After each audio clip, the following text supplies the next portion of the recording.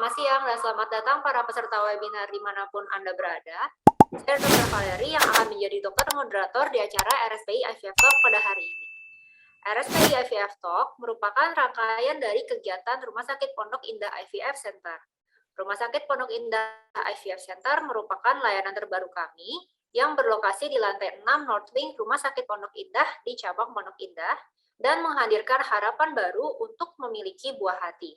Layanan ini didukung oleh tim dokter spesialis obstetrik dan ginekologi dengan subspesialisasi fertilitas dan endokrinologi.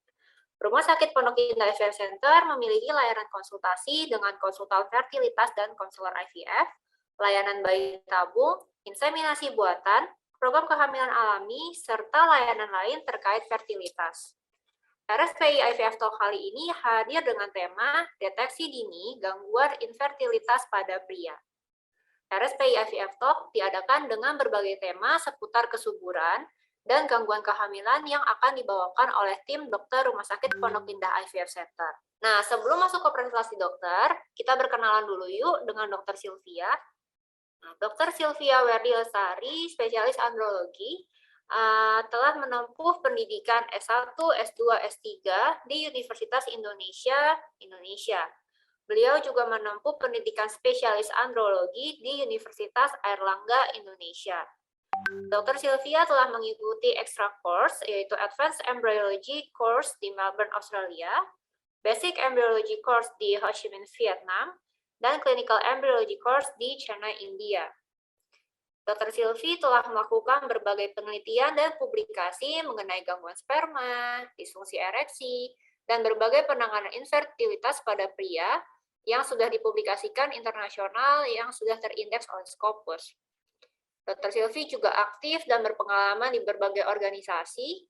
Beliau juga berpraktek sebagai andrologis di klinik infertilitas Yasmin di Rumah Sakit Cipto Mangunkusumo, Jakarta. Beliau berperan sebagai koordinator Clinical Embryology Laboratory di Medical Biology Department di Fakultas Kedokteran Universitas Indonesia, serta Dr. Sylvia juga merupakan anggota dari Indonesian Andrology dan Embryology Society. Untuk mempersingkat waktu, kita langsung dengarkan materi dari Dr. Sylvia yuk. Untuk waktu dan tempat, kami persilakan ya. Silakan Dr. Sylvia. Bapak Ibu, hari ini kita bersyukur berbincang-bincang mengenai masalah infertilitas pria. Kita nyantai-nyantai saja. Saya biasa membuka diri bagi para pasien saya yang itu adalah bapak-bapak. Yang agak berbeda nih pendekatannya dibanding kalau pasien ibu-ibu ya ke dokter obgyn ya. Lebih menurut saya sih lebih leluasa kalau para obgyn itu mengeksplorasi dari sisi istrinya atau infertilitas perempuan. Tapi kalau yang bapak-bapak ini agak berbeda. Oleh karena itu biasanya saya kalau bertanya nanti lebih supaya bagaimana mereka nyaman dan percaya dulu, baru nanti akan kita gali dari sisi infertilitas prianya. Baik, yang telah diketahui bahwa dari infertilitas sendiri atau biasa mungkin orang awam mengenalnya sebagai kemandulan ya atau gangguan kesuburan, ini kejadiannya itu enggak banyak ya Bapak Ibu, sekitar 1 dari 6 pasang usia subur atau sekitar 11% ya dari keseluruhan kasus yang ada di dunia. Dan kalau di Indonesia sendiri setelah ada yang meneliti kurang lebih sama. Jadi enggak jauh-jauh beda antara kita dan di luar. Demikian pula sebenarnya untuk sisi penyebabnya. Jadi nggak benar tuh kalau misalnya ada stigma ya atau ada apa namanya mitos di masyarakat yang menganggap bahwa oh kalau udah nggak hamil mandul nih pasti yang salah adalah perempuan. Jadi tidak begitu karena penyebab dari infertilitas itu sendiri kurang lebih sama banyaknya antara laki-laki dan perempuan ya sekitar 40%. Nah, kemudian kalau misalnya laki-laki 40%, perempuan 40%, sisanya biasanya kombinasi gabungan antara keduanya atau tidak terjelaskan ya atau unexplained bahasa Inggrisnya. Nah, ini kenapa kok bisa nggak dijelaskan ya? Apakah nggak ketahuan dari faktor spermanya atau dari faktor telurnya atau oosit ya, endometrium rahimnya. Hal ini berkaitan lebih ke genetika ya atau molekuler dari sisi perempuan dan laki-lakinya. Ini yang belum banyak kita gali karena memang butuh penelitian banyak yang lebih lanjut. Tapi yang saya ingin tekankan di sini bahwa gangguan infertilitas yang disebabkan oleh laki-laki kurang lebih sama dengan yang perempuan. Oleh karena itu, kalau bapak-bapaknya bersedia datang ikut pada saat sesi konsultasi infertilitas itu luar biasa. Karena artinya bapak-bapak telah berperan sama atau paling tidak menyelesaikan faktor infertilitas setengah dari faktor infertilitas yang dialami pasutri ya, pasangan suami istri. Jadi kurang lebih sama nih peran sertanya ya.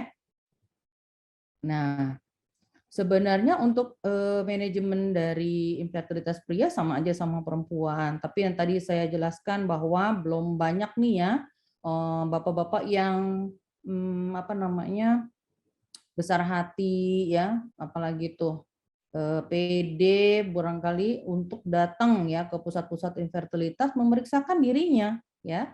Karena bagi laki-laki mungkin gangguannya atau gejalanya itu nggak kelihatan. Beda kalau perempuan itu kita bisa mengalaminya dengan mudah, misalnya lebih mudah diketahui, misalnya mengalami gangguan haid. Jadi kita tuh langsung ngeh ya kalau misalnya haid kita cuma 1 hari misalnya, atau cuman setetes saja, atau justru sebaliknya ya, sehari bisa pakai 10, 20 pembalut misalnya, itu kan tidak benar seperti itu. Tapi kalau pada laki-laki tidak ada gejalanya memang. Ya, laki-laki merasa apa yang telah ia ejakulasikan atau yang dikeluarkan pada aktivitas seks atau masturbasi itu adalah spermanya, padahal tidak begitu. Nanti kita akan lihat lebih lanjut. Pada slide ini saya menjelaskan bagaimana kita menggali dari sisi riwayat seorang laki-laki, kapan sih kira-kira nih, oh saya mengalami gangguan sperma nggak ya? Biasanya kita mulai dari isu-isu atau penyebab yang ringan-ringan dulu, misalnya bad habit. Seperti apa contohnya? Bisa dari merokok ya. Kadang-kadang pasien agak ngeyel, mohon maaf ya, misalnya, oh teman saya ngerokok anaknya 3 gitu ya, misalnya seperti itu. Iya Bapak Ibu itu mungkin benar juga, tapi itu lebih berkaitan bagaimana kondisi spermanya pada saat puber. Jadi kalau pada laki-laki yang pada saat puber mestinya idealnya sperma itu ada ratusan juta, sehingga kalau dia merokok ya atau melakukan bad habit lainnya, maka pada saat dia nanti menjadi suami puluhan tahun kemudian, spermanya masih puluhan juta dan masih bisa membuahi. Tapi bedanya kalau misalnya pada saat puber sudah pas-pasan nih Bapak Ibu ya, maka pria-pria seperti yang nantinya ketika jadi suami spermanya sedikit. Dan itu yang tadi saya bilang, tanpa ada keluhan. Karena yang keluar pada saat ejakulasi adalah air mani, bukan sperma. Nanti kita lihat lagi. Itu contoh satu dari merokok. Apalagi sih dok, biasanya kita mulai lagi lebih lanjut lagi, gimana pekerjaannya ya. Ada pekerjaan-pekerjaan tentu yang bisa mengganggu sperma. Apa saja contohnya? Paling sering adalah yang mengganggu buah pelir atau testis. Misalnya koki ya. Jadi testis itu Bapak Ibu suhunya 3 derajat lebih dingin daripada suhu badan. Jadi kalau semisalnya terganggu oleh kondisi sekitarnya membuat ia panas, maka akan mengganggu pula pembentukan sperma. Ya contohnya tadi ya pekerjaan koki ya. Kemudian kesini-sini kadang-kadang ada pekerjaan pasien yang kadang saya juga nggak ngeh, oh itu bisa juga ternyata ya. Selain supir tentunya, tapi juga kerjaan-kerjaan di pabrik ya, yang berkaitan dengan panas atau bahan kimia serta lainnya. Lalu ada pula kebiasaan lain seperti mandi atau berendam air panas ya. Itu memang nyaman sekali rasanya ya buat badan gitu. Tapi kalau buat testis itu dia bagaikan direbus ya Bapak Ibu ya. Jadi nggak boleh itu dia terkena panas ya. Demikian pula penggunaan pakaian dalam yang ketat ya. Bentuknya segitiga, celana dalamnya yang dianjurkan adalah seperti celana dalam boxer yang terbuat dari katun serta berwarna cerah ya atau putih sekalian supaya tidak panas intinya. Lalu ada olahraga-olahraga tertentu juga yang bisa menyebabkan gangguan sperma, misalnya sekarang lagi zaman tuh adalah sepedaan. Ya, kok bisa sih dok? Iya, karena tesis itu dia terkena tekanan ya pada saat kita mengayuh sepeda itu ringan sih, tapi terus menerus misalnya begitu ya. Sama seperti itu kadang-kadang pasien ngeyelnya juga gitu, oh teman saya anaknya 3 tuh sepedaan yang triathlon lagi malah ya, yang nyambung-nyambung lari dan sebagainya itu kan berat banget ya karena jauh dan lama ya berjam-jam. Nah, itu sangat mempengaruhi atau memberikan trauma testis ringan ya. Lalu ada obat-obatan juga yang bisa mempengaruhi pembentukan sperma, misalnya obat darah tinggi, obat apalagi tuh, obat gangguan jiwa biasanya ya, tidak harus artinya gila, tapi kadang obat depresi juga bisa ya. Kemudian lagi hot isu sekarang itu adalah COVID ya, bukan obatnya tapi lebih ke penyakitnya. Kemudian ada penyakit lain yang mempengaruhi gangguan sperma tuh ada gendongan ya, riwayat gendongan pada saat dewasa, riwayat TBC itu bisa menyebabkan sumbatan pada saluran sperma serta sebagainya. Ya, kadang-kadang saya kalau misalnya dikirim dengan dokter obgyn, oh ini Sil, apalagi nih nggak tahu dari sisi perempuannya bagus semua, nggak ada apa-apa, telurnya besar, endometriumnya cukup gembur ya, tidak ada miom, tidak ada kista. Saya juga cek spermanya bagus ya, fragmentasi DNA-nya juga bagus. Saya iseng suka bertanya bagaimana hubungan seksnya. Karena kalau mau alami, hubungan seks harus teratur seminggu 2 sampai 3 kali. Kenapa begitu, Dok? Kenapa nggak pada saat masa subur saja berhubungannya? Karena kan memang ada telurnya pada saat masa subur. Memang benar, tapi kadang-kadang laki-laki ya seperti itu ya. Maksudnya, mohon maaf, seandainya disuruh-suruh tuh lebih jadi nggak maunya dibandingkan kalau misalnya mau sendiri gitu ya. Jadi akibatnya ejakulasinya tertahan, ya, yang dikeluarkan mungkin tidak sama ketika ia tidak dalam bawah tekanan. Jadi kalau misalnya secara teratur, maka ia akan menjadi seperti kebiasaan. Dan sperma itu tahan di dalam saluran reproduksi perempuan itu 48 hingga 72 jam kalau dia bagus ya. Sehingga kalau dia rutin berhubungan, suatu saat dia akan bertemu dengan telur yang usianya hanya 24 jam. Begitu Bapak Ibu, kenapa kita menganjurkan hubungan yang teratur pada program hamil yang alami. Artinya ada telurnya, sumbatan saluran telur tidak ada, sperma bagus dan sebagainya. Ya, tapi lain halnya kalau dua-duanya ada gangguan, ya. Oke, kita terus dulu. Ya, ini yang lain yang agak sering juga ada kebiasaan radiasi ya, nggak olahraga, kemudian kita polusi gini ya, terus ini juga pekerjaan ya, kurang tidur. Kenapa? Kenapa laki-laki nggak boleh kurang tidur? Karena kalau kurang tidur, gangguan hormon bisa terjadi. Kalau perempuan kita langsung tahu kita gangguan hormon. Kalau laki-laki dia nggak akan kerasa sampai ketika dia melakukan pemeriksaan sperma. Ya, spermanya kurang. Baru ketahuannya di situ. Kemudian setelah anamnesis atau history taking, kita lakukan pemeriksaan fisik ya, diantaranya seperti ini.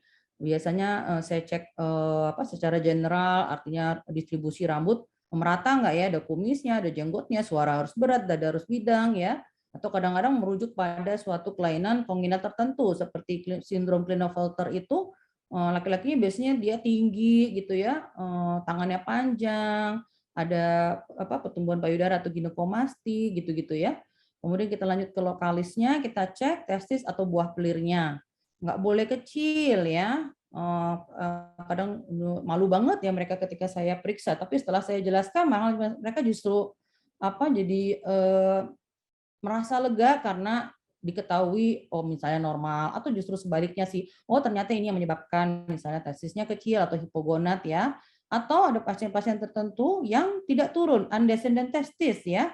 Kalau tidak turun kemana jadinya dok? Jadi kalau misalnya wanita hamil itu janin yang laki-lakinya itu pada saat bulan ke-7 hamil, testisnya akan turun dari rongga perut menuju ke rongga skrotum tempat dia berada. Tapi kadang-kadang prosesnya tidak berjalan lancar, bisa tetap di dalam rongga perut atau tertahan di dalam saluran yang ada di selangkangan. Ya, tidak di sini.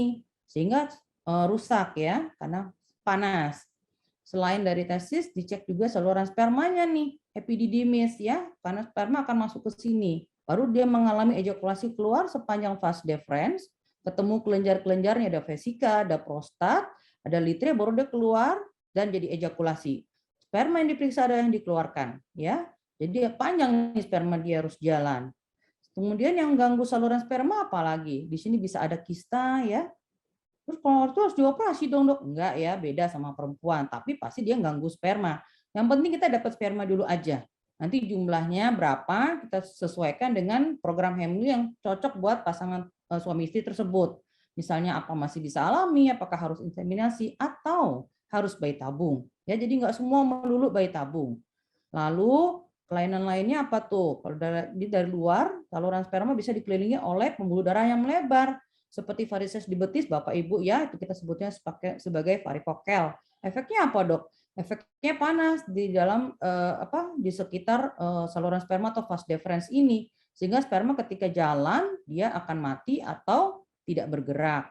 Lalu bisa juga ada gangguan yang ada airnya namanya hidrokel, atau ada sesuatu yang turun di sini, usus turun ya, atau hernia, dan penyebab lainnya yang cukup banyak terjadi. Mungkin kita lanjut dulu, ini untuk penyebabnya. Jadi kalau tadi sudah dijelaskan varikokel, ternyata itu adalah penyebab paling sering dari gangguan sperma pada infertilitas pria yang diketahui. Jadi yang 34% memang belum diketahui nih, unexplained ya. Nah, ini tadi paparan-paparan atau faktor risikonya, tadi ada merokok, ya stres. Nah, ini gambaran varikokel Bapak Ibu bisa lihat. Ini yang normal ya. Jadi ada di sekitar saluran sperma vas deferens, ada pembuluh darah, ada saraf ya. Tapi kalau pembuluh darahnya melebar seperti ini, maka akan meningkatkan suhu di sekitarnya. Oke. Nah, ini juga agak baru ya, 5 tahunan terakhir info ini. Jadi kalau menaruh laptop di pangkuan atau menaruh telepon seluler di kantong, apalagi dua-duanya kiri dan kanan dalam kondisi apa tuh namanya, Bluetooth nyala ya, atau dia pokoknya mencari sinyal, dia radiasi jalan terus, ya itu akan mempengaruhi pembentukan sperma.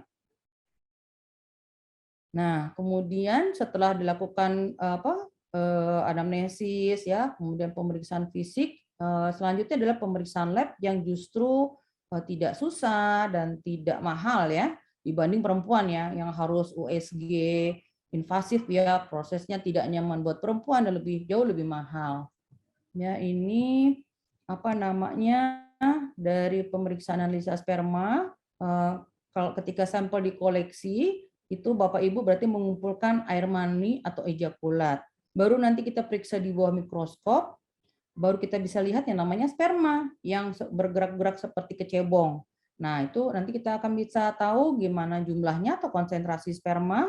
Kita bisa lihat di sini normalnya banyak, nih kalau sedikit begini berarti dia oligo, ya. Kemudian bagaimana geraknya, yang normal tuh geraknya lurus ya, bisa vertikal atau horizontal, nggak miring-miring atau dia gerak di tempat gitu, atau nggak gerak sama sekali ya. Kalau nggak gerak sama sekali, mau spermanya banyak ya nggak akan bisa menghamili secara alami. Bahkan bayi tabung pun kita pakai sperma yang bergerak, ya artinya sperma tersebut memang secara fungsional dia baik atau normal. Yang ketiga bagaimana bentuknya ya, kadang-kadang kenceng banget ya, tapi palanya kecil banget ya. Kalau kondisi seperti itu spermatozoa tersebut tidak membawa materi genetik atau DNA yang normal ya. Kalau gimana kalau kepalanya kegedean, Dok? Sama saja. Gimana, Dok, kalau misalnya kepalanya normal tapi nggak lonjong, artinya kantong akrosomnya nggak ada, nggak bisa juga. Jadi harus bagus spermanya baru bisa membuahi. Ini adalah sperma yang kita lihat dengan menggunakan mikroskop, menggunakan alat kasar. Ini kalau kayak gini berarti spermanya bagus ya Bapak Ibu, banyak ya, geraknya bagus ya. Kalau bentuk kita harus pakai pemeriksaan morfologi. Ya, tapi kalau misalnya kurang dari ini ya namanya oligozoospermi. So, kadang-kadang kita temu ini gelap semua nih, nggak ada nih bintik-bintik yang bergerak nih. Nah, itu namanya azoospermia, nggak ada spermanya. Gitu ya. Baik, jadi seperti itu ya Bapak Ibu. Jadi sperma bukan semen atau ejakulat atau mani ya. Di dalam semen atau ejakulat tersebut ada sperma, ada non sperma. Apa tuh? Sel bulat. Bisa sperma muda, bisa leukosit ya. Juga bisa ada bakteri atau virus ya. Ini tadi kita udah lihat foto videonya. Jadi ini kalau kayak gini juga normal, ini nggak bergerak, bukan video. Tadi kita lihat banyak spermanya ya. Tapi kalau azoo tuh bisa kosong, nggak ada apa-apa ya Bapak Ibu. Kalau kayak gitu ya nggak bisa menghamili ya secara alami. Ini morfologi yang saya bilang tadi, ini normalnya seperti ini, kebesaran salah, kekecilan salah, kepala 2 salah, ekor 2 salah, selebihnya juga salah. Jadi harus benar-benar bagus. Bahkan bayi tabung pun kita ambil yang ini. Nggak bisa nih yang kini mau jadi anak, nggak bisa. Ya, memang secara materi genetik nggak akan jadi. Karena anak atau embrio tuh calon janin adalah perpaduan DNA dari bapak dan ibu. Baik, ini yang tadi saya bilang ya, kepalanya nggak boleh besar, kecil, cabang dua atau ekor cabang dua dan sebagainya. Lalu ini adalah nilai normal analisa sperma WHO 2010, tapi sekarang sudah ada yang 2021 dan di Pondok Indah sudah pakai yang terbaru ya. Ini yang terbaru kayaknya lebih ringan. Kalau yang dulu normalnya konsentrasi sperma 15, yang terbaru itu udah 16 ya. Baru nanti kita katakan kalau kurang dari ini namanya oligozoospermi. Demikian pula gerak, kalau kurang dari nilai normal ini kita sebut astenozoospermia. Demikian pula morfologi, kalau kurang dari 4 kita sebutnya teratozoospermia. Bisa nggak dok seorang laki-laki jumlahnya kurang, geraknya kurang, bentuknya kurang? Bisa. Kita sebutnya oligoastenoteratozoospermia. Tapi kalau di bawah 5 juta sangat rendah sekali, biasanya kita sebut ekstrim oligo dan sebagainya. Kalau nggak ada kita sebutnya azoospermia. Ya, selain analisa sperma juga ada tes-tes lainnya ya. Misalnya kita dapat pada analisa sperma nggak ada sperma yang bergerak. Terus kita mau tahu ini nggak hidup apa hidup atau mati sih? Kita bisa cek dengan tes viabilitas. Kalau dia hidup dia berwarna jernih. Kalau dia menyerap zat warna pink begini berarti dia mati ya. Kadang-kadang kalau ekstrim sekali pada bayi tabung terpaksa kita pakai yang ini ya, nggak gerak dan sebagainya karena kita nggak dapat sperma yang lain ya. Apalagi kalau telurnya misalnya 50, aduh spermanya kita mesti nyari satu-satu ya, sampai maghrib embriolog kerja tuh ngumpulin sperma ya. Kemudian ada tes integritas membran ya, kita mengetahui membrannya bocor atau tidak. Kalau bayi tabung biasanya kita cek semua, makanya beda-beda tiap lab adalah seperti itu ya. Ada lab yang memang hanya melakukan analisa sperma biasa, tapi ada yang bisa semuanya. Karena itu kita lebih mahal ya karena lengkap ya. Atau tes antibodi sperma yang di bawah. Lalu ini tidak baru, tapi sudah ada 5 tahunan ya. Adalah informasi tambahan mengenai kualitas DNA-nya sperma. Jadi kalau dia terbentuk halonya bagus, besar-besar begini seperti 1 dan 2, ini adalah artinya sperma yang bagus DNA-nya dibandingkan 3 dan 4 ya. Ini halonya kecil atau bahkan tidak berhalo sama sekali. Ya ini berarti spermanya jelek. Jadi sebelum tindakan inseminasi kah, bayi tabung kah, ya atau jika nikahnya sudah lama kita bisa cek tes ini. Kalau indeksnya masih tinggi biasanya kita belum perform dulu. Kenapa? Karena nanti gagal. Lagi kadang-kadang pasien sudah shopping dokter dari mana-mana, tentunya kita nggak mau gagal di tempat kita. Jadi seleksi spermanya harus benar, screening sperma. Selain daripada gangguan sperma, tentu ada pula gangguan-gangguan seks yang bisa juga mempengaruhi infertilitas itu sendiri. Yang pertama adalah gangguan ereksi ya, atau kerasnya penis. Untuk membantu apakah kira-kira mengalami gangguan ereksi atau tidak, ini ada tools-nya ya. Biasanya pasien akan saya bacakan sehingga saya tahu pasien ini mengalami disfungsi ereksi sebenarnya. Ya, atau kadang kurang keras dok, nah ini bisa cek sekeras apa, atau kadang kalau ada alatnya kita bertanya, mestinya sekeras tim ya, atau kadang sekeras pisang yang belum dibukukan atau yang setelah dibukukan seperti tahu ya, kalau kayak gini nggak akan bisa melakukan penetrasi ke dalam vagina, sehingga tidak hamil-hamil ya. Kadang-kadang kita mesti tanyakan pasien sedetail itu. Lalu yang kedua adalah gangguan ejakulasi ya. Bisa ejakulasi dini berarti terlalu cepat sebelum yang perempuan mengalami orgasme, atau retarded kelamaan 1-2 jam nggak keluar-keluar juga, nggak ejakulasi, perempuannya sudah kelelahan, atau telik.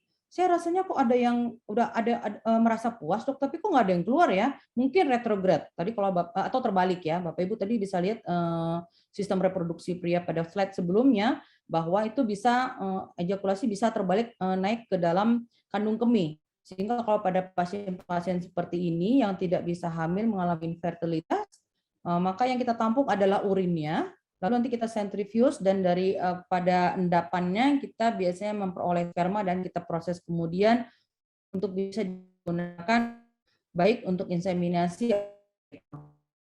Nah ini juga tools juga tambahan untuk mengetahui apakah mengalami ejakulasi dini atau tidak. Kok bisa sih gangguan ejakulasi menyebabkan infertilitas? Ya, karena kadang-kadang kalau terlalu berat, misalnya ejakulasi dini yang belum mengalami penetrasi sudah keluar, nah itu hal-hal tersebut yang bisa menyebabkan infertilitas. Karena kalau mau ada pembuahan atau fertilisasi, sperma harus bisa masuk dan mencapai telur. Yang ketiga adalah gangguan libido. Ini cukup banyak sekarang dialami pada pasangan muda bahkan ya. Jadi kalau misalnya udah di atas 50, 60, udah nggak hasrat berhubungan, wajar ya Bapak Ibu. Tapi kalau masih umur 20-an, 30-an, 40-an, ini mau program hamil, disuruh berhubungan seminggu 2-3 kali, wah rasanya berat banget ya.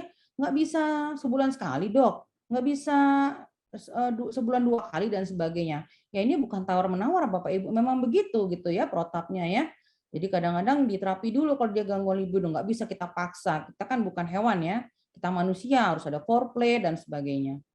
Ini manajemen dari sisi perbaikan lifestyle-nya, ya harus olahraga. Ini kok ya saya dapatnya perempuan semua. Kenapa sih? Karena laki-laki tadi nggak boleh sepeda, dia nggak boleh angkat berat supaya varikokelnya nggak timbul atau tidak lebih parah. Jadi hanya boleh jalan, lari, berenang. Atau senam perempuan yang tidak membahayakan buah pelir atau testisnya.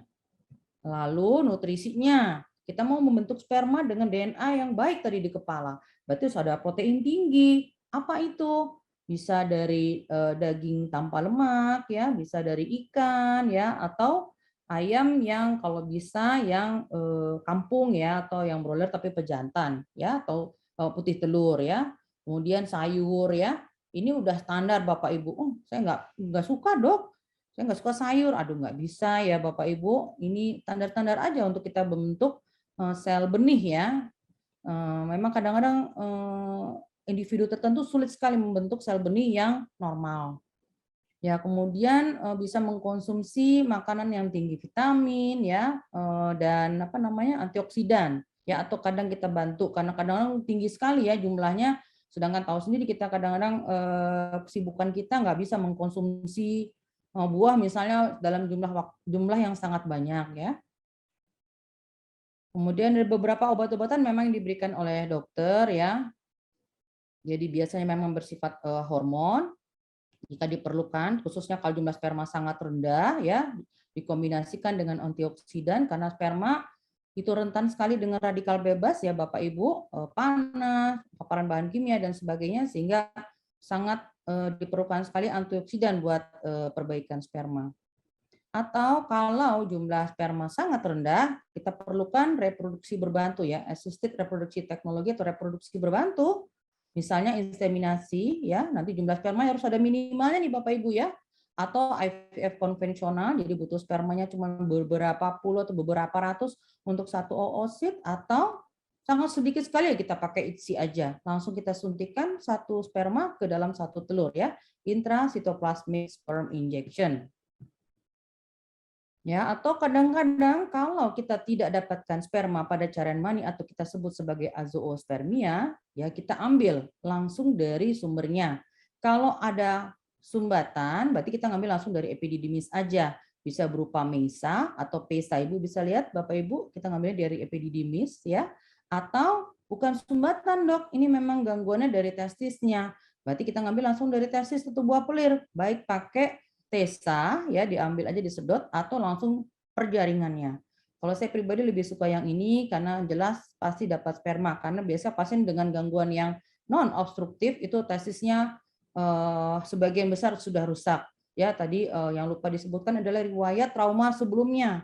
Misalnya kena tendang ya, kena bola. Oh, dulu bengkak dok, tapi besoknya udah nggak apa-apa sih, udah jalan lagi, lari lagi. Ya, prosesnya rusak saat itu aja ya, tapi sampai ke sini mempengaruhi pembentukan sperma. Ya. Kemudian sebelum reproduksi berbantu, sperma itu kita cuci atau kita preparasi. Baik Bapak Ibu, ini adalah prosedur spermicide atau preparasi sperma. Oke, ini adalah alat-alatnya standar kita kerja di bawah laminar airflow ya Bu, Bapak. Ini supaya semi steril kalau lab andrologi ya. Kalau lab IVF itu harus steril. Ini bisa dicepetin Mas, agak ke depan. Ini pengambilan maninya. Ya, kemudian kita cek dulu di bawah mikroskop pakai yang di sini pakai makler ya. Bagaimana spermanya, pakai kecepatan berapa, jadi nggak asal cuci Bapak Ibu ya, ini tidak berlaku di setiap lab ya. Biasanya kalau androlog ada seninya, dia akan nentuin berapa kecepatan sentrifugasi sperma, berapa menit yang perlu diperlukan untuk mendapatkan nanti sperma yang dipanen dalam kondisi bagus. Jadi kalau ada gangguan sperma yang agak parah, misalnya oligoastenoterato, ya tentu nggak akan selama pada sperma yang normozoospermi misalnya. Terus Mas, ini yang masuk ke saya apa mesinnya belum ya? Ini ada medium spermanya ya, kemudian ada ejakulat yang kita masukkan. Ini juga Bapak Ibu bisa lihat di sini medium spermanya juga pemilihannya mesti baik ya. Saya nggak bilang yang mahal, tapi memang yang mahal tuh yang bagus ya. Ini centrifuge-nya ada kecepatan tertentu. Ya, lalu kita ambil, kita buang supernatan atau atasnya, kita ambil peletnya aja. Dan ini dilakukan hati-hati, ini lihat gerakannya melingkar. Kenapa? Karena sperma di sini pusing banget ya Bapak Ibu. Jadi kalau kita paksa dia patah ya antara kepala sama ekornya. Gitu. Jadi nggak sembarangan nyuci kalau di tempat saya karena kita dituntut kehamilan yang tinggi. Pada sperma yang telah dipanen dari proses pencucian atau preparasi sperma, ini kita lakukan inseminasi seperti ini, Bapak Ibu, proses inseminasi. Jadi sperma lebih dekat ya, tidak harus melewati liang vagina ini, biasanya lebih dekat sampai sini karena langsung ke fundus. Jadi sperma tinggal jalan arah saluran telur ketemu telur ya. Jadi tetap butuh sperma yang motil ya. Nah, sekarang gimana kalau bayi tabung atau ITSI? Butuhnya dikit aja nih Bapak Ibu. Jadi kalau tadi pada inseminasi hanya dicuci saja, tapi kalau pada ITSI setelah dicuci kita seleksi dulu, kita imobilisasi, baru nanti kita masukkan ke dalam oosit. Baik, ini yang tadi saya katakan sperma kita pilih ya Bapak Ibu. Ini yang lihat setelah dicuci jadi geraknya cepat banget dan terpilih spermanya dengan bentuk yang bagus. Nah, ini Bapak Ibu bisa lihat spermanya kita pilih, lalu kita imobilisasi agak di stretch itu ekornya supaya nggak gerak ya. Baru ini tidak mati spermanya, juga tidak pingsan. Tujuannya nanti ketika kalau kita suntikan ke dalam oosit atau telur dia tidak tembus ya. Nah, ini setelah kita stretch nanti kita pilih-pilih yang kepalanya paling bagus ya. Dan kalau di Pondok Indah ini ada tambahan fasilitas dengan perbesaran sperma yang sangat besar sehingga kadang sperma dengan kepala bopeng pun kita bisa lihat dan kita tidak pilih ya. Tidak semua center punya ini. Ya, nanti setelah kita tahu ini yang terbaik kita isap dan siap disuntikan ke telur atau oosit. Video satu lagi Mas yang ITSI. Bapak Ibu kalau misalnya kurang jelas atau kecepatan bisa akses di IG saya. Ini ada dua Mas, yang satu lagi yang bawah.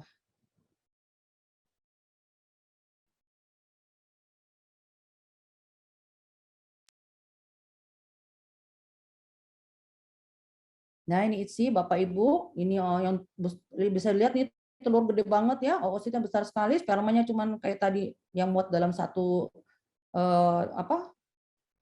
jarum ITSI itu ya.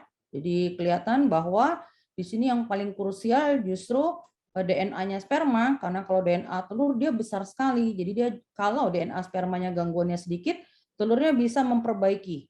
Tapi kalau DNA spermanya jeleknya banyak, nah embrionya nanti yang kurang bisa berkembang. Ya, atau bagus-bagus aja tapi ketika nempel nanti dia nggak bagus.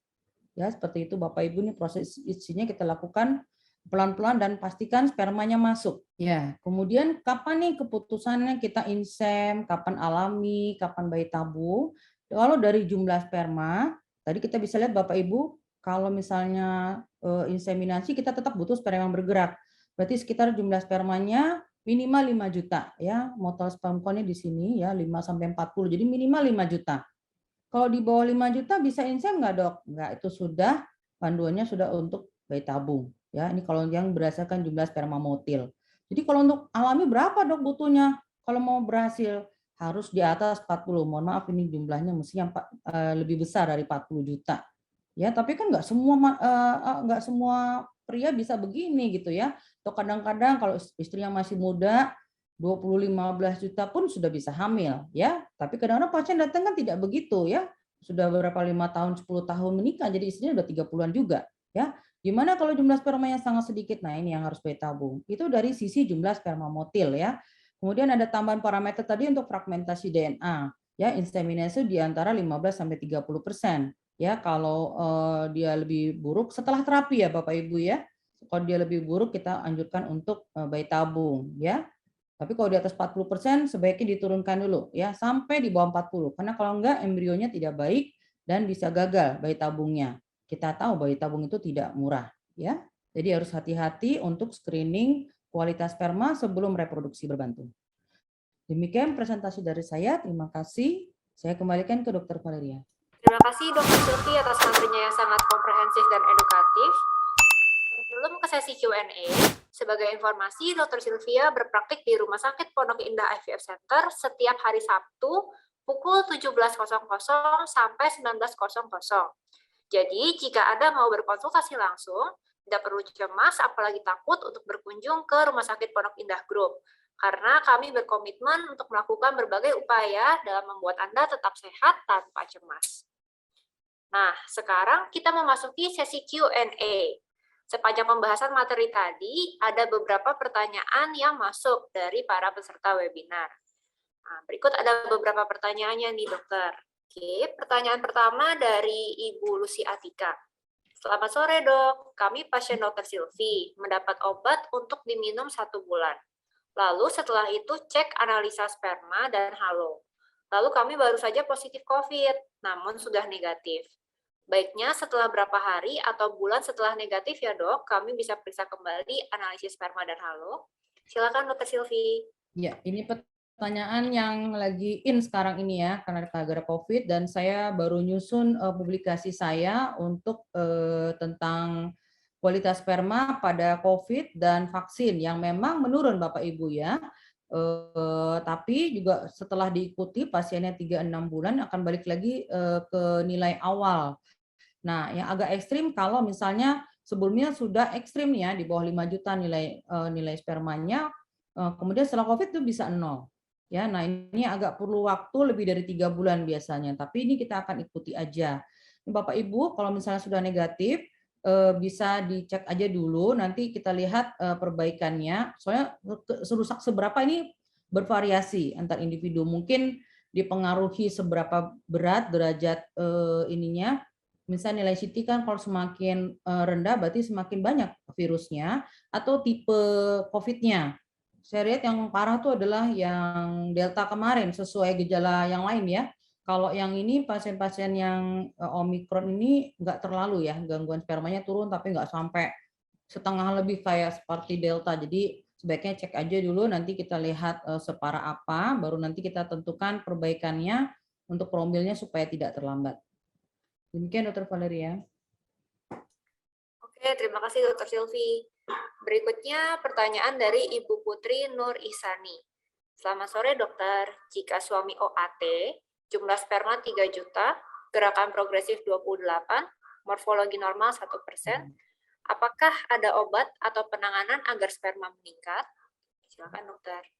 Ya, ini juga pertanyaan-pertanyaan yang biasa juga saya dapat pada DM ya, atau kadang-kadang pada seminar-seminar ya. Nah, yang Bapak Ibu harus ketahui adalah ini adalah hasil analisa sperma. Kita tidak tahu penyebabnya. Jadi sebaiknya memang ditangani, apalagi kalau jumlahnya ekstrim di bawah 5 juta. Kenapa? Karena biasanya ada varikokelnya, biasanya disertai juga dengan gangguan hormonnya. Dan ini kalau benar ada gangguan seperti itu yang saya sebutkan tadi dan didiamkan saja tidak pergi ke dokter, maka kualitas sperma akan turun-turun terus dengan perpanjangan usia pernikahan. Jadi kalau pasien dengan ekstrim oligo seperti ini, sangat mungkin beberapa tahun ke depan bisa habis spermanya. Sehingga sebaiknya itu diperiksakan dulu karena dokter tidak akan tiba-tiba memberikan obat yang untuk naikin jumlah sperma tanpa mengetahui penyebabnya. Gitu ya. Jadi ada sebenarnya obat atau penanganan tapi sebaiknya diperiksakan dulu sehingga kita tahu penyebabnya apa saja. Ya, kalau misalkan ada orang ekstrim testisnya cuma satu juga pernah ada pasien seperti itu dan apa supaya bisa lebih siap lagi untuk menjalani pemeriksaan dan program yang ditentukan. Misalnya kalau misalnya hasilnya seperti ini, biasanya tetap dengan bayi tabung. Nah, yang kayak gitu tuh kan nggak semua pasien bisa menerima dengan lapang dada keputusan dokter seperti itu. Jadi kita harus ketemu di tengah. Ya, harus ada diskusi dan edukasi yang lebih jauh lagi. Demikian Dr. Valeria. Baik, Dr. Silvi, terima kasih atas jawabannya. Pertanyaan berikutnya dari Bapak Alimuddin. Selamat sore Dr. Sylvia. Dok, izin tanya untuk kasus varikokel. Penanganan atau terapi seperti apa yang bisa dilakukan untuk promil secara alami, Dok? Apakah harus dilakukan pembedahan atau ada opsi lainnya, Dok? Terima kasih, Dr. Silvi. Baik, jadi kalau tadi Bapak Ibu mengikuti presentasi saya dari awal, itu akan terlihat manajemen apa aja yang kita lakukan dan berdasarkan apa? Berdasarkan analisa sperma yang kita lakukan. Jadi kita lihatnya per pasien, per kasus, Pak. Misalnya pasien tersebut analisa sperma jumlahnya masih banyak nih, 40 juta, ya. Yang gerak masih bagus tuh, di atas 60% misalnya, ya. DFA-nya juga masih bagus, tapi dia dengan varikokel grade 1 masih bisa alami, nggak usah dibedah, ya. Dikasih obat tambahan saja. Dan ini harus suami istri ya Bapak Ibu. Jadi kadang-kadang suaminya diperiksa tapi istrinya nggak bisa juga. Pasien-pasien saya kemarin yang hamil secara alami, istrinya harus dari objin dulu tidak ada apa-apa. Artinya telur masih besar, ada telur yang besar karena ada gangguan telur yang kecil-kecil ya. Kemudian tidak ada sumbatan saluran telur. Lalu endometriumnya atau rahimnya juga bagus, nggak ada miom, ya tumor, nggak ada kista. Nah, itu tinggal diperbaiki aja spermanya, dia bisa hamil alami. Tapi misalnya nih, spermanya 15 juta nih pas-pasan, yang gerak 30%. Ya, berarti kan jumlah sperma motilnya persentase dikali jumlah sperma sekitar 5 jutaan misalnya gitu kan. Tapi saya mau alami dok, ya nggak bisa Bapak Ibu ya. Saat ini dengan varikokel grade 2, grade 3.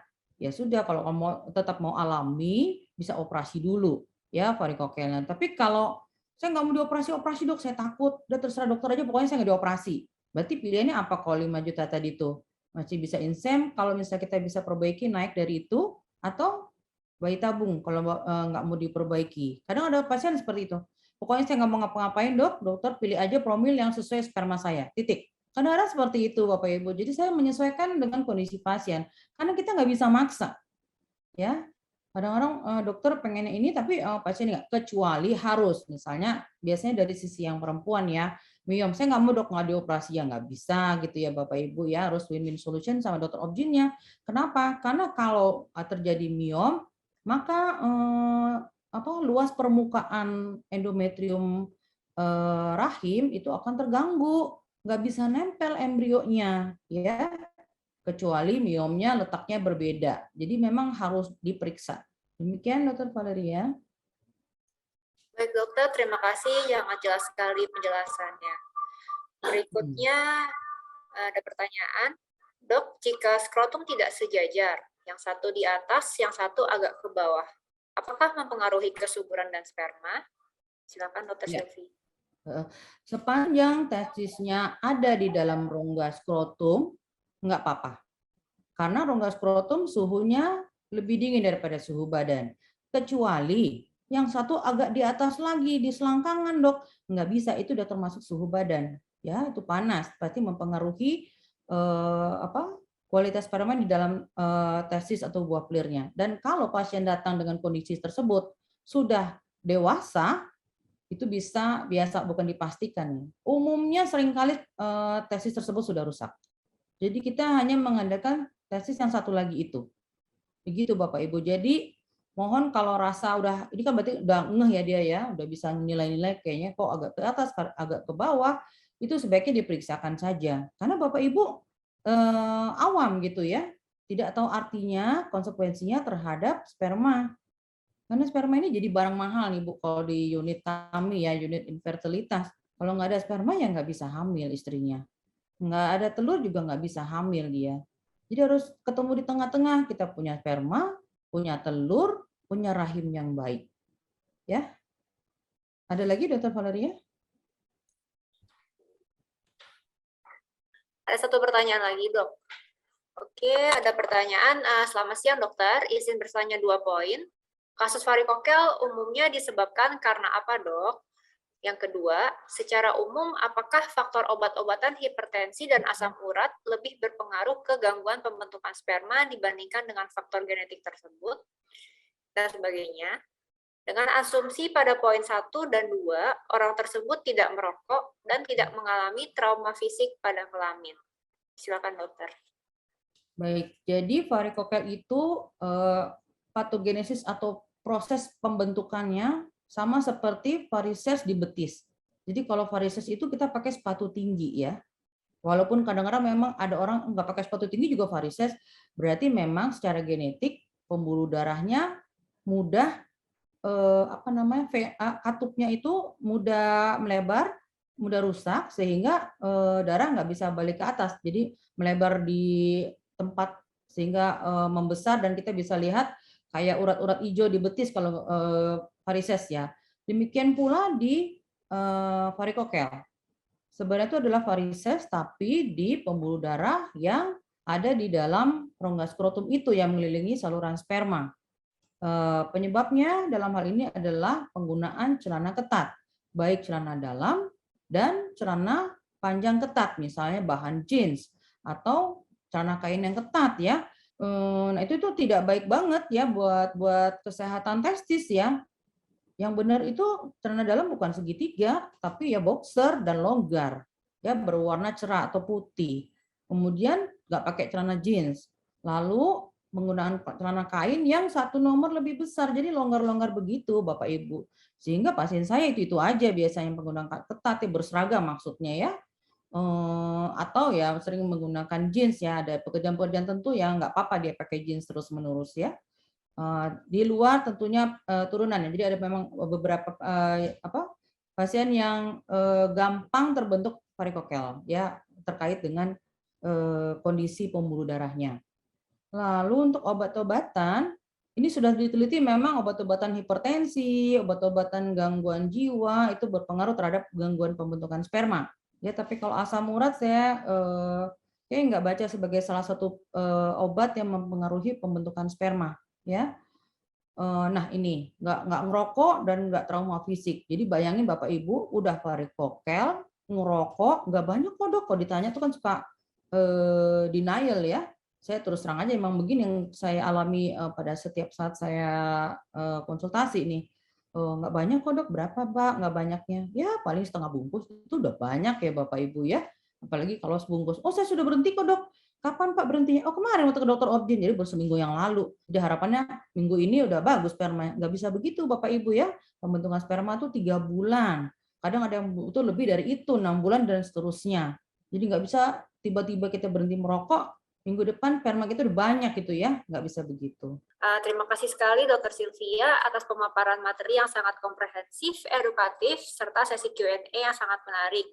Banyak sekali ya pertanyaan yang masuk dan begitu beragam. Semoga materi pada hari ini bermanfaat untuk kita semua ya, khususnya para pejuang garis 2. Terima kasih banyak Dr. Sylvia atas waktunya telah menyempatkan untuk membagikan ilmu kepada kami hari ini. Apakah ada kata-kata untuk para pejuang garis 2, dokter? Ya, barangkali tadi bolak-balik bertanya masalah penyakitnya, kemudian bagaimana ngobatinya. Bapak Ibu yang terpenting adalah lifestyle-nya. Ya, tadi tuh olahraganya gimana ya, kemudian makanannya gimana. Jadi laki-laki juga harus jaga badan ya, bukan masalah harus ganteng apa gimana, tapi lebih sehat, hormonnya teratur. Itu juga nggak boleh terlalu gemuk, obesitas itu karena jadi testisnya tertekan dengan paha dan perut yang menjepit ya. Kemudian ya lifestyle tadi ya, yang buruk-buruk yang nggak dikerjakan, merokok, minum alkohol, tidur telat ya dan sebagainya. Nah, itu biasanya kalau ringan-ringan saja gangguannya dengan perbaikan lifestyle akan bagus sendiri spermanya. Ya, semangat, tetap semangat nih pejuang garis 2. Demikian dari saya. Baik, terima kasih sekali Dr. Sylvie. Jika Bapak Ibu ada yang ingin langsung berkonsultasi dengan Dr. Silvi, bisa langsung menghubungi kami melalui WhatsApp di nomor 0822 6161 3223 untuk melakukan pendaftaran konsultasi dengan Dr. Silvi. Sekali lagi, Dr. Silvi praktik di Rumah Sakit Pondok Indah IVF Center setiap hari Sabtu jam 17 sampai jam 19.00. Terima kasih Dr. Silvi. Terima kasih Dr. Floria.